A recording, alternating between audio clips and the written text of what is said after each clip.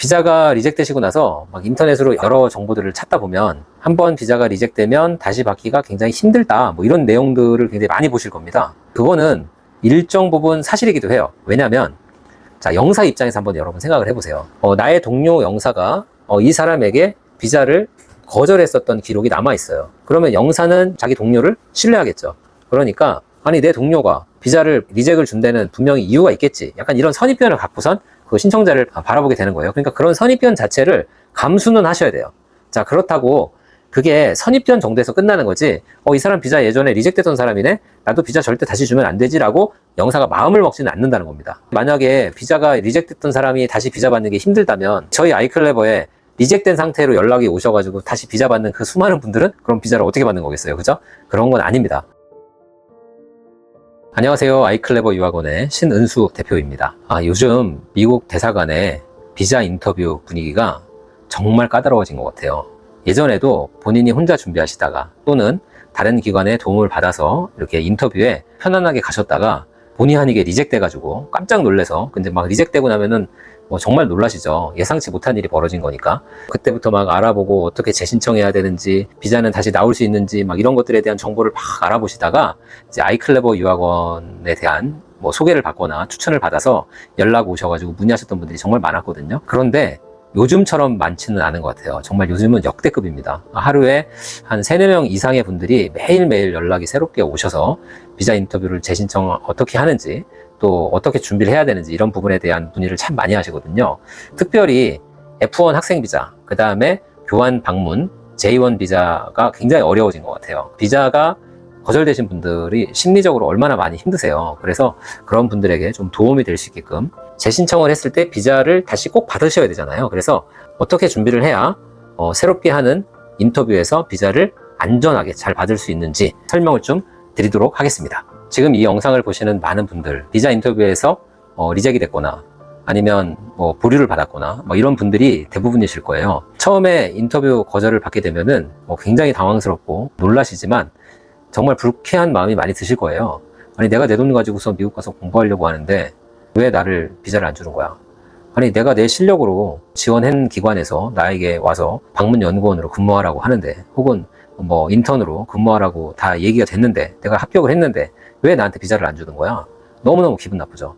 근데 좀 지나고 나면은 현실적인 문제들이 더욱더 크게 느껴지실 거예요. 예를 들면 지금 대학교에 입학을 해야 되는데 날짜가 다가오는 거잖아요. 미국에 빨리 들어가야 되는데 비자가 안 나오는 상황도 있고, 숙소나 기숙사 비용까지도 다 내놓은 경우들도 있고, 당연히 항공권도 이미 구매해 놓은 상태인 분들도 있으실 거고, 어떤 분들은 유학 목적 때문에 회사에 휴직을 신청하시거나 퇴사까지 하신 분들도 있거든요. 그런 분들 같은 경우에는 얼마나 당황스러우시겠어요. 비자가 리젝된 이후에는 정말 정신적으로 많이 힘들죠. 그 정신적으로 가장 많이 힘든 근본 원인은 내가 다시 비자를 받을 수 있다는 확신이 없기 때문이에요. 비자를 다시 재신청해서 받을 수 있다면 그렇게 스트레스 받을 일도 아니잖아요. 근데 또 리젝될 수가 있기 때문에 엄청나게 공포에 시달리시게 되는 건데, 여러분 제가 오늘 드릴 말씀의 핵심은 비자 재신청을 통해서 비자를 다시 받는 것은 절대 불가능하지 않다는 사실이에요. 그러니까 너무 낙심하거나 너무 괴로워하지 마세요. 자, 지금부터 그 이야기를 시작해 보도록 하겠습니다. 비자가 리젝되시고 나서 인터넷으로 여러 정보들을 찾다 보면 한번 비자가 리젝되면 다시 받기가 굉장히 힘들다, 이런 내용들을 굉장히 많이 보실 겁니다. 그거는 일정 부분 사실이기도 해요. 왜냐면 자, 영사 입장에서 한번 여러분 생각을 해보세요. 나의 동료 영사가 이 사람에게 비자를 거절했었던 기록이 남아있어요. 그러면 영사는 자기 동료를 신뢰하겠죠. 그러니까 아니 내 동료가 비자를 리젝을 준 데는 분명히 이유가 있겠지, 약간 이런 선입견을 갖고선 그 신청자를 바라보게 되는 거예요. 그러니까 그런 선입견 자체를 감수는 하셔야 돼요. 자, 그렇다고 그게 선입견 정도에서 끝나는 거지, 이 사람 비자 예전에 리젝됐던 사람이네, 나도 비자 절대 다시 주면 안 되지라고 영사가 마음을 먹지는 않는다는 겁니다. 만약에 비자가 리젝됐던 사람이 다시 비자 받는 게 힘들다면 저희 아이클레버에 리젝된 상태로 연락이 오셔가지고 다시 비자 받는 그 수많은 분들은 그럼 비자를 어떻게 받는 거겠어요? 그죠? 그런 건 아닙니다. 자, 이제 비자 인터뷰 재신청해서 비자를 다시 받을 수 있는 가장 구체적인 방법들에 대해서 이야기를 해보겠습니다. 제일 먼저 하셔야 되는 일이자 가장 중요한 일은 이전 비자 인터뷰에서 내가 왜 리젝됐는지 그 원인을 파악하는 거예요. 그 이유를 찾아내셔야 돼요. 그러면 이야기는 끝납니다. 근데 여기서 조금 조심하셔야 되는 분들이 있어요. 저는 운이 정말 없었어요. 영사가 너무 이상한 사람이어가지고 재수없게 비자 인터뷰에서 떨어지고 말았어요. 그냥 이렇게 얘기하시는 분들이 있거든요. 영사들이요, 그냥 기분에 따라서 비자를 안 주고 그런 사람들은 거의 없습니다. 여러분들이 그냥 너무 편안하게 생각했기 때문에 그 영사와 나누었었던 대화 속에서 영사가 비자를 주지 못하는, 그러니까 리젝을 줘야만 됐던 답변, 그런 태도를 보인 부분을 느끼지 못하고 있는 거예요. 그래서 그 부분에 대해서 좀 생각을 하셔야 되거든요. 그러니까 운이 없었다, 그렇게 생각하시면 안 됩니다. 영사가 어떤 질문을 했는지, 그 질문에 대해서 내가 내 나름대로는 답변을 했지만 영사에게 어떤 오해를 야기했을 수가 있거든요. 이 사람 비자 주면 안 되겠네, 이 사람은 공부하려고 가는 게 아니네 라고 생각할 수 있는 어떤 빌미를 제공했을 수 있어요.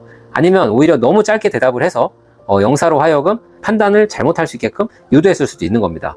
그러니까 그런 부분들을 생각하셔서 운이 안 좋아서 비자를 못 받았다 이런 생각은 하지 않는 게 좋습니다. 이전 비자 인터뷰에서 나누었던 영사와의 모든 대화를 기억해내는 거예요. 그 대화 속에 답이 있거든요. 그냥 나의 기억으로, 생각으로만 찾아내려고 하면은 대부분 찾지를 못합니다. 바둑에서 복기한다는 말이 있잖아요. 그런 것처럼 비자 인터뷰에 영사의 질문과 나의 대답을 다 기록하셔야 돼요. 그러니까 비자 인터뷰가 예를 들어서 오늘 끝났다. 그럼 사실 오늘의 기억이 제일 정확하겠죠. 시간이 지날수록 기억은 흐려지고 왜곡되기 시작하니까요. 그러니까 오늘 저녁 때 정말 기분 나쁘고 불쾌하고 너무 괴롭지만 그래도 냉정하게 정확하게 기록을 시작해 보세요. 첫 번째 영사가 나에게 어떻게 질문했지? 그리고 나는 거기에 대해서 뭐라고 답변했지? 그리고 나서 영사가 어떤 표정을 지었지? 그리고 영사는 두 번째로 어떤 질문을 했지? 나는 다시 거기에다가 뭐라고 답변을 했지? 내가 답변을 단답형으로 했나? 아니면 내 말이 꼬였었나? 아니면 내가 그때 좀 당황을 했었나? 그때 영사의 표정은 어땠지? 그리고 인터뷰의 분위기가 어떻게 바뀌었지? 혹시 영사가 같은 질문을 반복한 적이 있었나? 이런 여러 가지 자세한 부분들을 다 기록하시는 거예요. 그렇게 기록하다 보면 영사가 어떤 부분에서 분위기를 바꿨는지, 그리고 판단을 내렸는지를 그래도 쉽게 찾아낼 수 있습니다. 여러분께서 영사와의 대화 내용을 잘 기록을 해 놓으셨다면 이제 그거를 진짜 면밀히 꼼꼼하게 살펴보셔야 돼요. 여러 번 살펴보다 보면 가장 핵심적인 원인, 내가 이래서 비자 리젝됐구나, 거절됐구나, 그게 딱 느껴지는 지점이 있어요. 그 지점을 딱 발견하시면 거기에 대해서 다시 인터뷰를 보러 가셨을 때 정확하게 설명할 수 있게끔 답변을 수정해서 준비를 하셔야 됩니다. 제일 피해야 될 게 뭐냐면 이전에 했었던 답변을 그대로 가서 다시 하는 거예요. 영사가 잘 못 알아들었나 보다라고 생각하고, 아닙니다. 영사 알아들었어요, 여러분. 여러분이 설명하는 방법을 바꾸시든지 내용을 바꾸셔야 돼요. 예를 들어서 내가 미국에 공부하러 가는 이유를 설명을 잘 못했다면 그 이유를 정확하게 영사가 이해할 수 있게 설명하셔야 되고요. 내가 전공을 바꿨다, 전공 바꾼 이유를 설명을 제대로 못한 것 같다 그러면 누가 들어도, 초등학생이 들어도 이해할 수 있을 정도의 쉬운 표현으로 영사가 이해할 수 있게끔 그걸 설명하셔야 돼요. 혹은 나의 재정 지원을 누가 하는지, 혹은 내가 유학생활을 마치고 어떤 계획을 갖고 있는지, 이런 내용들에 대해서 설명을 잘 못하셨다면 영사가 100% 이해할 수 있게끔 가장 쉬운 단어와 가장 쉬운 표현으로 설명하실 수 있게 준비를 하셔야 됩니다. 절대 첫 번째 인터뷰 보셨던 내용 그대로 가서 다시 반복하면서 감정에 호소하시면 안 되세요. 그러면 또 떨어지십니다. 무슨 말인지 아시겠죠? 정말 안 그럴 것 같지만 많은 분들이 준비 없이 막 급한 마음에 인터뷰를 다시 잡아가지고 내가 지난번에는 정말 운이 없었어 이렇게 생각하고 인터뷰 다시 보시는 분들이 많더라고요.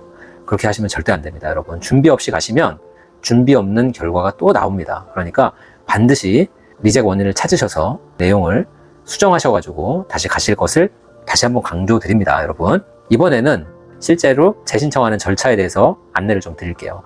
일단 제일 먼저 해야 되는 게 DS160 비자 신청서를 다시 쓰시는 거예요. 리스트리브라고 얘기를 하는데 기존에 기록해놨던 내용의 일부가 그대로 남아 있습니다.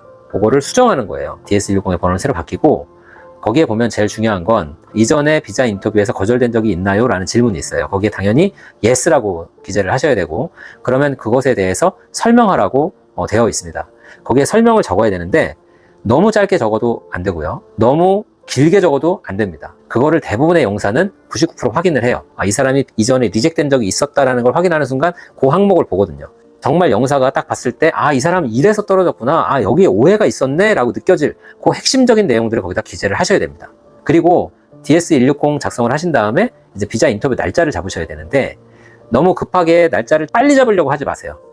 물론 개강일에 맞춰서 잡으셔야 되지만 충분한 연습을 할 수 있게끔 본인이 한 2주 정도 이상은 여유를 갖게 예약을 잡으실 수 있게끔 그렇게 하시면 좋습니다. 그리고 진짜 하셔야 될 것은 비자 인터뷰 답변 연습을 정말 많이 하셔야 돼요. 저희 아이클레버 유학원에 비자 재신청을 문의하시는 분들 같은 경우에는 연습을 정말 많이 하거든요. 예상 질문을 한 30개 정도 이상 뽑아서 거기에 대한 답변을 굉장히 자세하게 준비한 다음에 그 답변을 원활하게 할 수 있게끔, 정말 실수 없이 할 수 있게끔 무한 반복으로 연습을 하시는 거예요. 그게 꼭 필요합니다. 그리고 연습하실 때는요, 여러분 거울 보시고 꼭 하시고요. 본인이 한 답변을 녹음해서 들어보세요. 본인이 머릿속으로 답변 이렇게 해야지 하는 것과 내 입 밖으로 내는 말은 완전히 다르거든요. 그리고 그걸 녹음해서 들어보면 나의 답변을 듣는 영사의 마음을 이해할 수 있습니다. 여러분 그거를 반복하심으로써 나의 답변을 조금 더 정확하고 세련되게 다듬으실 필요가 있는 겁니다. 그리고 저는 비자 재신청의 경우에는 정말 많은 경험을 갖고 있는 저 같은 전문가의 도움을 적극적으로 활용해 보시라고 추천을 드리는 편입니다. 여러분들이 스스로 잘할 수 있다고 생각을 할 수도 있지만 정신적으로 스트레스를 너무 많이 받게 되고 시간적으로도 너무 많은 낭비를 하게 되잖아요. 이런 부분들은 도움을 받아서 빨리 정확하게 해결하는 게 좋기 때문이에요. 마지막으로 하나 더 조언을 좀 드릴게요. 비자 재신청을 해서 인터뷰를 보러 가실 때 이번에는 반드시 무슨 일이 있어도 비자를 꼭 받고 말 거야, 이렇게 다짐하고 가지 않는 게 좋으세요. 그러면 긴장한 나머지 경직되게 되고요, 답변을 잘 못하게 됩니다. 저는 저희 아이클레버에서 비자 재신청을 준비하시는 분들께 꼭 말씀드리거든요. 이번에 인터뷰를 보러 가실 때 다른 생각하지 마시고 내가 오늘은 영사에게 나의 상황을 정확하게 설명할 거야, 그 마음을 가지셔야 돼요. 사실 그게 핵심입니다. 영사는 결국 세 가지를 궁금해합니다. 첫 번째, 미국에 공부하러 가는 목적이 무엇인가? 두 번째, 미국에서 공부하는 동안 재정적인 준비는 어떻게 이루어졌는가? 세 번째, 미국에서 공부를 마친 뒤에는 어떤 계획을 갖고 있는가? 이 세 가지를 정확하게 영사한테 설명할 수 있으면 여러분들은 비자를 받을 수 있습니다. 그러니까 비자를 꼭 받겠다, 이렇게 불타는 불굴의 정신으로 가지 마시고 내가 영사한테 이 세 가지 질문에 대해서 설명을 잘하고 와야 되겠다, 마음 편안하게 먹으시고 다녀오세요. 그럼 여러분 비자 받으실 수 있습니다. 비자가 거절됐다고 해서 절대 끝이 아닙니다. 비자가 리젝되신 다음에 아이클레버 유학원에 비자 재신청 문의를 하셨던 정말 많은 분들이 과거에도 그리고 지금도 비자를 다시 잘 받고 계세요. 그러니까 여러분들도 준비만 잘 하시면 비자를 다 받으실 수 있습니다. 영사는 여러분들에게 비자를 줄 수 있는 답변을 기다리고 있는 거예요. 모든 사람들이 자신의 비자 통과를 확정짓는 스위치 답변을 갖고 있거든요. 여러분들이 그거 답변을 찾지 못하셨기 때문에 지금까지 이렇게 괴로워하시는 거예요. 차분하게 그 답변이 무엇인지 잘 생각해서 준비하세요. 그리고 다시 비자 인터뷰를 보러 가셨을 때 그 답변을 이야기하세요. 그 답변이 영사가 기다리고 있는 답변이 맞다면 그날 여러분들은 비자를 받으실 수 있는 거예요. 여러분 할 수 있습니다. 정말 여러분들 비자 받으셨으면 좋겠네요. 그리고 너무 힘드시면 아이클레버 유학원에 연락주세요. 제가 여러분들에게 든든한 도움을 드리도록 하겠습니다. 여러분 화이팅입니다. 감사합니다.